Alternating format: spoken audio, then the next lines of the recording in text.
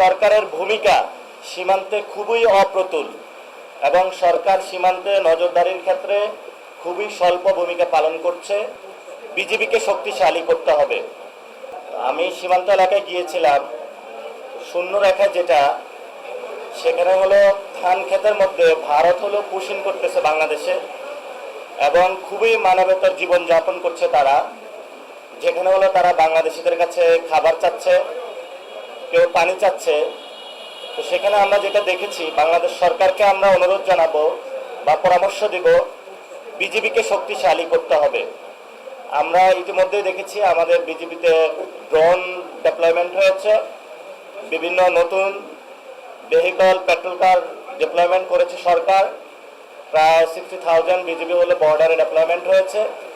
আমরা মনে করি সরকার আরও শক্তিশালী পদক্ষেপ নেবে, কারণ আমাদের বিজিবিকে যদি আমরা শক্তিশালী না করতে পারি তাহলে পুশিং রুখা আমাদের সম্ভব নয়। দ্বিতীয়ত যে বিষয়, আমরা পুরো বাংলাদেশের জনগণকে আহ্বান জানাবো, সীমান্ত এলাকায় আপনারা বাংলাদেশের পক্ষ থেকে একটা মানব প্রাচীর তৈরি করেন। এই মানব প্রাচীর ভেদ করে যাতে ওই পার থেকে কোনো সন্ত্রাসী, স্মাগলিং অথবা যারা চোরাচালান করে বাংলাদেশের অভ্যন্তরে ঢুকে ক্রিমিনাল অ্যাক্টিভিটিস না করতে পারে, সেই ক্ষেত্রে আপনারা যথাযথ ভূমিকা নেবেন এবং আমরা আশা করব সরকার এই বিষয়ে উদ্যোগ নেবে। তবে আমি যেটা দেখে এসেছি, সরকারের ভূমিকা সীমান্তে খুবই অপ্রতুল এবং সরকার সীমান্তে নজরদারির ক্ষেত্রে খুবই স্বল্প ভূমিকা পালন করছে এবং এই ক্ষেত্রে 3 জন মন্ত্রী বক্তব্য দিয়েছেন। স্বরাষ্ট্রমন্ত্রী সালাউদ্দিন সাহেব বলেছেন ওইখানে লেথাল উইপনে যে হত্যাকাণ্ড হয় এটা বর্ডার কিলিং না, কিন্তু উনি যে বক্তব্য দিয়েছেন এটা সত্য নয়, সেটা আমরা প্রত্যাখ্যান করছি। দ্বিতীয়ত শামা ওয়াহেদ, উনি একজন প্রতিমন্ত্রী, উনি যে বক্তব্য দিয়েছেন যে তাদেরকে 12টা চিঠি দেওয়া হয়েছে, তারা রেসপন্স করে নাই।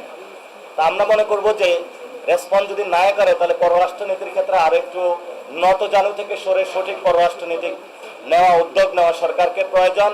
ওই একটা চিঠিতে সাথে সাথে শেখ হাসিনাকে একটু ফেরত চাওয়া প্রয়োজন।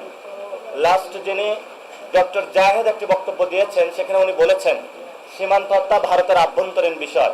আমরা সর্বত এই বক্তব্য প্রত্যাখ্যান করছি, কারণ আপনার সীমান্তে যখন উত্তেজনা হচ্ছে, সেখান থেকে অবৈধ বাংলাদেশি বলে আমাদেরকে পাঠানো হচ্ছে বাংলাদেশে, তাহলে উনি যে বক্তব্য দিয়েছেন এটা শুধু ভারতের আভ্যন্তরীণ বিষয় নয়, এখানে বাংলাদেশের মানুষের জীবন সংগ্রাম, বাংলাদেশের সার্বভৌমত্ব জড়িত রয়েছে।